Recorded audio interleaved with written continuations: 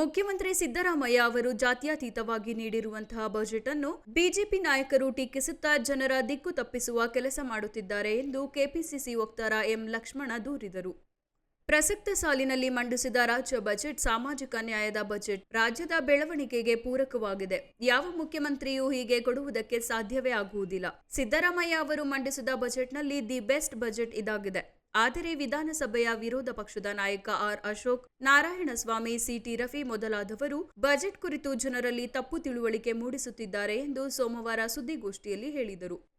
BJP ಕೆಲವು ನಾಯಕರು budget ಬಗ್ಗೆ ಹಲಾಲ್ ಕಟ್ ಬಜೆಟ್, ಅಲ್ಪಸಂಖ್ಯಾತರ ಬಜೆಟ್ ಎಂತೆಲ್ಲ ಹೇಳಿದ್ದಾರೆ.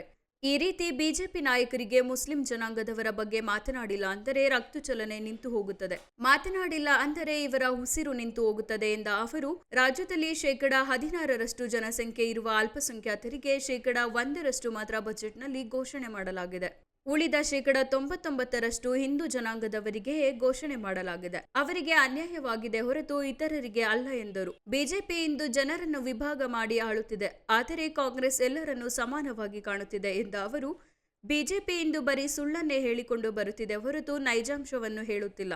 ವಾಸ್ತವಾಂಶದೊಂದಿಗೆ ನಾವು ಚರ್ಚೆಗೆ ಸಿದ್ಧವಿದ್ದು ವಿರೋಧ ಪಕ್ಷದವರು ಚರ್ಚೆಗೆ ಬರಲಿ ಎಂದು ಸವಾಲೆಸೆದ ಅವರು, ತಪ್ಪಿದರೆ ತಿಳಿದುಕೊಳ್ಳಲು ಸಿದ್ಧವಿದ್ದೇವೆ, ಆದರೆ ಅನವಶ್ಯ ಆರೋಪಗಳಿಂದ ಪ್ರಯೋಜನವಿಲ್ಲ ಎಂದರು. ಸುದ್ದಿಗೋಷ್ಠಿಯಲ್ಲಿ ಕಾಂಗ್ರೆಸ್ ಮಾಜಿ ಜಿಲ್ಲಾಧ್ಯಕ್ಷ ಕೆಕೆ ಮಂಜುನಾಥ್, ಮಡಿಕೇರಿ ಬ್ಲಾಕ್ ಕಾಂಗ್ರೆಸ್ ಅಧ್ಯಕ್ಷ ಹಂಸ, ವಕ್ತಾರ ತೆನ್ನೀರ ಮೈನಾ, ಡಿಸಿಸಿ ಸಮಿತಿ ಸದಸ್ಯ ಖಾಲಿದ್ ಉಪಸ್ಥಿತರಿದ್ದರು. ಅದನ್ನ ಡೆಫಿನೇಷನ್ ಕೊಡಿ ದಯಮಾಡಿ. ಅಶೋಕ್ ಅವರೇ, ಛಲವಾದಿ ನಾರಾಯಣಸ್ವಾಮಿ ಅವರೇ, ಸಿಟಿ ರವಿ ಅವರೇ,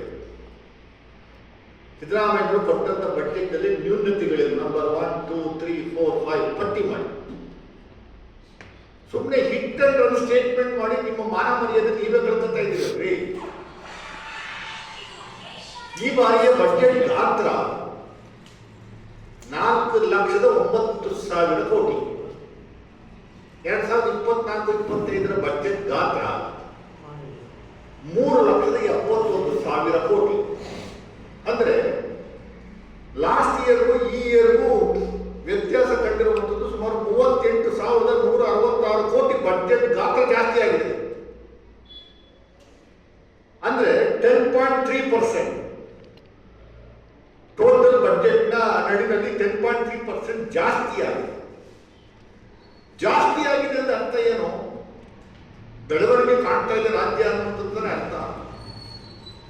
ಡೆಫಿಸಿಟ್ ಬಜೆಟ್ ಕೊಟ್ಟಿಲ್ವಲ್ಲ ನಾವು. ನಾನು ಒಂದೊಂದೇ ಮಾತಾಡ್ತೀನಿ. ಲಾಸ್ಟ್ ಟೈಮು 3,71,383 ಕೋಟಿ ಬಜೆಟ್ ಪೈಕಿ ನಮಗೆ ಎಕ್ಸ್ಪೆಕ್ಟೆಡ್ ಇನ್ಕಮ್ ಇಟ್ ವಾಸ್ 2,63,178 ಕೋಟಿ. ಈ ಸರಿ 4,09,549 ಕೋಟಿ ಬಜೆಟ್ ಗಾತ್ರಕ್ಕೆ expected income we expect 2,92,477 crore. ಎಲ್ಲ ವಿಧದಿಂದ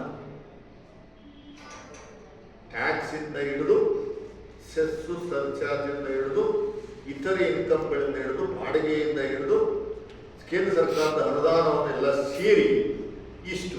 ಅದಲ್ಲದೆ 1,16,000 ಕೋಟಿಯಷ್ಟು ನಾವು ಸಾಲ ಮಾಡ್ತೀವಿ ಅಂತ ಪ್ರಪೋಸ್ ಮಾಡ್ಕೊಂಡಿದ್ದೀವಿ. ಹೋದ ಸಾರಿ 1,05,000 ಕೋಟಿ ಸಾಲ ಮಾಡ್ತೀವಿ ಅಂತ ಪ್ರಪೋಸ್ ಮಾಡ್ಕೊಂಡಿದ್ದು ನಾವು ತಗೊಂಡಿರೋ ಸಾಲ 65,000 ಕೋಟಿ ಅಷ್ಟೇ. I am making it very very clear. ನಾನು ಯಾಕೆಂದ್ರೆ ಬಿಜೆಪಿಯವರು ತಪ್ಪು ಸಂದೇಶವನ್ನ, ತಪ್ಪು ಸುಳ್ಳು ಹೇಳುವಂಥದ್ದೇ ಅವ್ರ ಮನೆ ದೇವರು ಬಿಡಿ. ಅವರು ಯಾವ ಕಾಲಕ್ಕೂ ಯಾವ ಹಂತದಲ್ಲೂ ಅವ್ರ ಲೈಫಲ್ಲೇ ಸುಳ್ಳು ನಿಜವನ್ನು ಹೇಳುವಂಥ ಕೆಲಸವನ್ನು ಮಾಡೇ ಇಲ್ಲ. ಒಂದು ನಿಜ ಸಂಗತಿಯನ್ನ ಹೇಳ್ತೀನಿ. 2013ರಲ್ಲಿ ಸಿದ್ದರಾಮಯ್ಯನವರು ಮೊದಲನೇ ಬಾರಿಗೆ ಮುಖ್ಯಮಂತ್ರಿಗಳಾಗಿರುವಂತ ಸಂದರ್ಭದಲ್ಲಿ ನಮ್ಮ ರಾಜ್ಯದ ಮೇಲೆ ಇದ್ದಂತ ಸಾಲ ರೈಟ್ ಫ್ರಮ್ 1947 1947ರಿಂದ 2013ರವರೆಗೆ ಇವರು ಅಧಿಕಾರ ವಹಿಸಿಕೊಳ್ಳುವಂತ ಸಂದರ್ಭದಲ್ಲಿ ನಮ್ಮ ರಾಜ್ಯದ ಮೇಲೆ ಇದ್ದಂತ ಸಾಲ 1,70,00,000 1.7 lakh crore.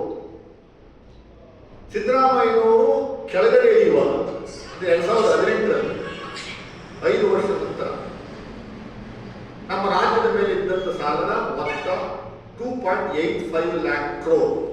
2.85